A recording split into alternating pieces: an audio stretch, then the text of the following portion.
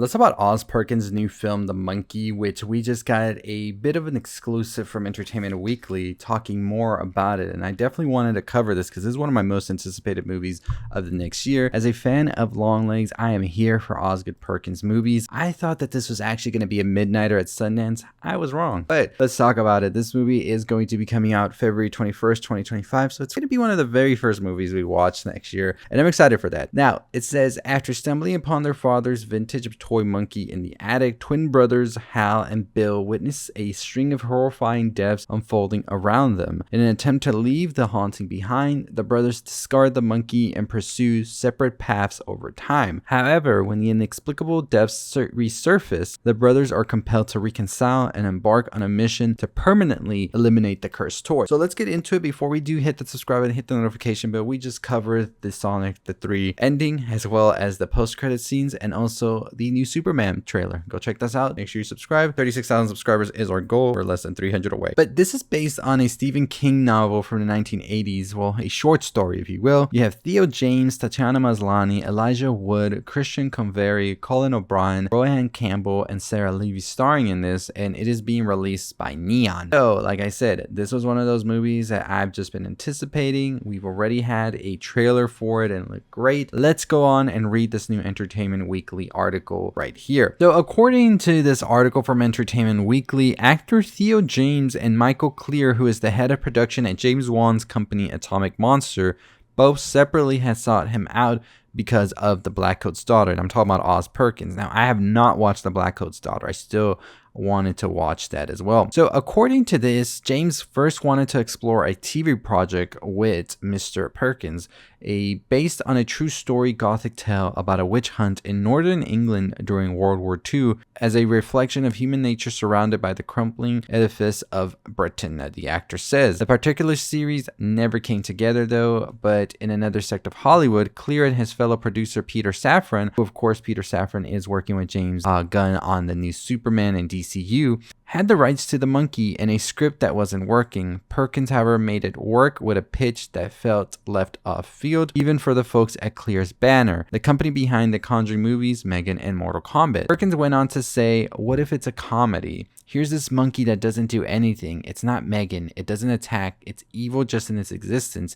Things happen around it for no better reason than they do. Its presence makes people die in insane ways. So I thought that was an interesting aspect to this, because a lot of times in Hollywood, and I think like anything, people are always seeking this like more convoluted way of telling a story, right? They just can't like fathom something just happening or being because it is. It has to have something more to it. And I think that is a very interesting approach that Perkins had. And they talk about this more in the article, where it says that both of his parents, how they died and stuff like that. His father apparently died of an AIDS-related pneumonia in 1992, and his mother, who was photographer Barry Berenson, died as a passenger on a hijacked American Airlines Flight 11 on September 11, 2001, which is just a crazy like story to say, right? Anthony Perkins was his father, by the way, who was in Psycho. Now, according to this, he says, I've had people die in truly deeply insane ways.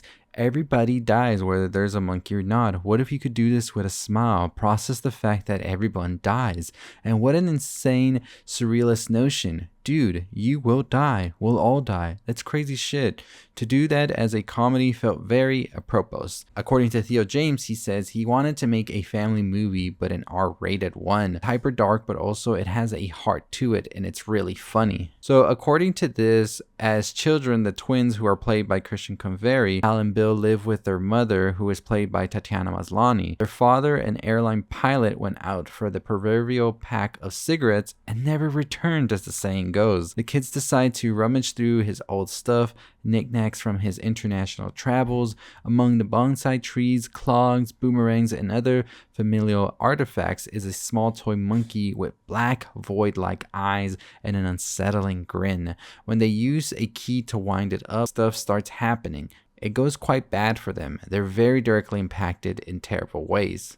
Perkins goes on to talk about a Benihana incident and how this is with the hibachi grill as well. So Perkins says that he references comedy and horror in it and also talks about Death Becomes Her and An American Werewolf in London. He goes on to say, without saying what happens, it's ridiculous and it's funny. He teases of the hibachi sequence. The kids in the movie shit talk all the time. My 15-year-old daughter says F every single word. That's just a way of saying that the design of it all is meant to cause a smile to appear on your face.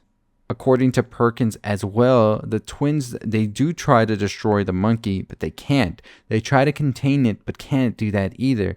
They finally manage to dispose of it, and for 25 years they think they're saves. Now as adults, they're played by Theo James.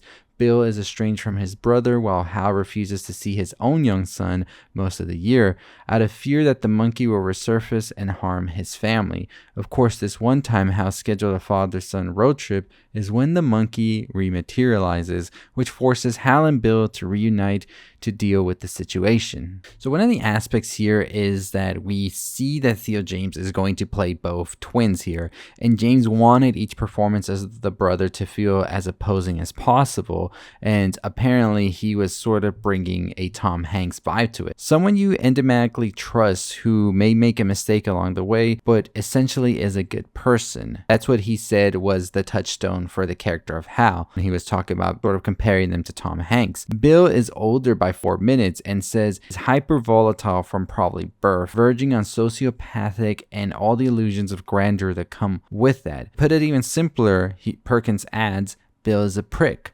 He's a blowhard and kind of stupid. Hal is gentle and sensitive.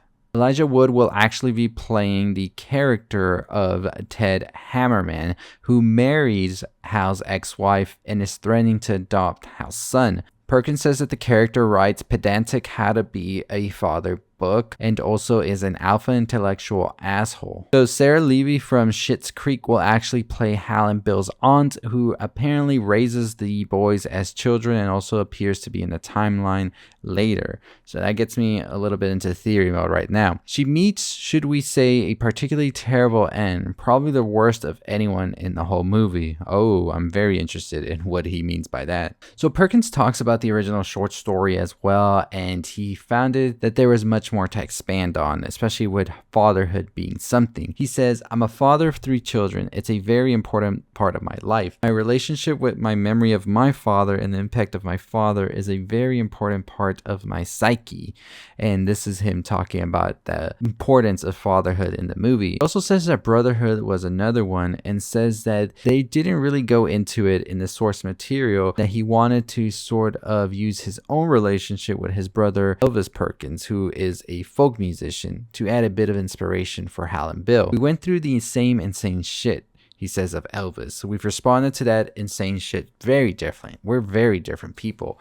Part of the process of living is finding your way back home. Theo James then goes on to say that Oz described it as the monkey on your back, literally and existentially. There is a literal monkey, a toy monkey that's trying to fucking massacre everyone at the same time. It's a little bit of a dissection of family history and family trauma. There's multiple levels to this story. Theo James says that he hopes that Perkins is in a position to do whatever he wants, essentially. He says, I've watched every single film of his and loved them all.